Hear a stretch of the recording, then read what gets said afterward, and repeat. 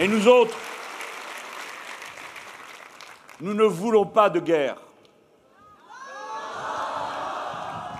Et nous savons pourvoir à la paix par des moyens de paix. Raison pour laquelle, en toutes circonstances, nous voulons commencer par la négociation et non pas terminer par elle après qu'on ait massacré je ne sais combien de milliers de gens.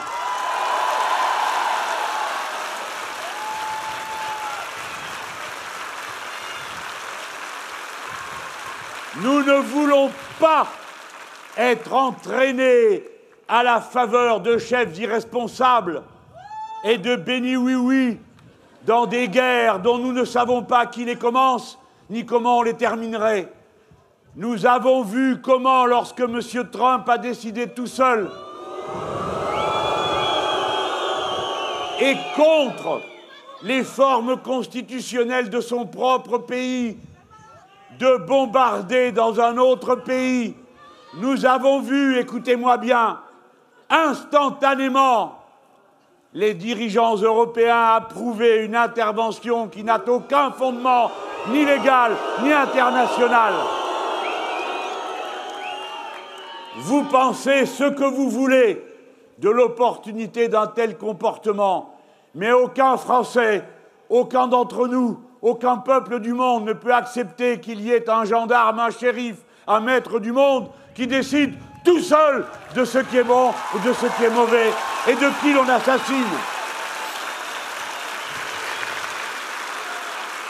Vous avez vu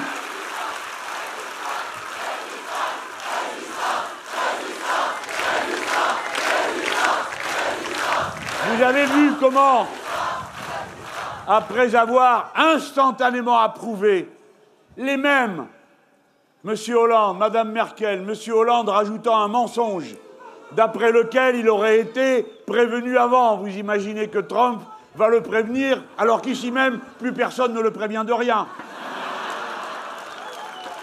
Mme Merkel n'a pas essayé de nous faire croire ça. Elle trouve ça bien et elle assume. Mais elle est aussi dangereuse que l'autre. Pas de ça avec nous. Nous sortirons de l'OTAN, un point, c'est tout.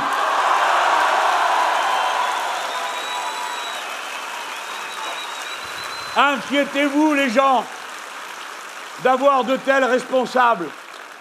Inquiétez-vous de savoir qui vous élisez, qui a l'intention de continuer cette 5e République où un président peut décider tout seul d'une guerre sans que le Parlement soit consulté avant 4 mois.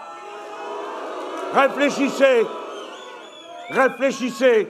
Chacune des personnes que vous voyez, comme c'est le droit, prétendre à vos suffrages, sera la personne qui aura à prendre des décisions.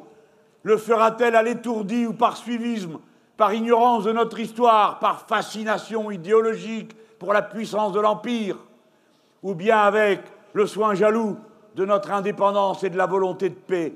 Voilà ce que j'essaye d'incarner. Et quand je les vois approuver des guerres sans rien dire, et ensuite n'avoir rien à dire, quand dans une coalition dans laquelle la France a été entraînée, à mon avis, à mauvais escient, quand je vois qu'en Afghanistan on vient de larguer la plus grosse bombe de l'histoire, dont la puissance confine à celle d'Hiroshima, et que personne parmi les nations de la coalition n'a un mot à dire sur le sujet, et croit instantanément, et seulement parce qu'on leur a dit qu'elle aurait tué 38 personnes, ce qui commence à faire cher du cadavre, pour $1 million, avec la somme que représente cette bombe, on aurait pu mettre à l'école et payer des instituteurs et le repas le matin et le soir à tous les enfants d'Afghanistan.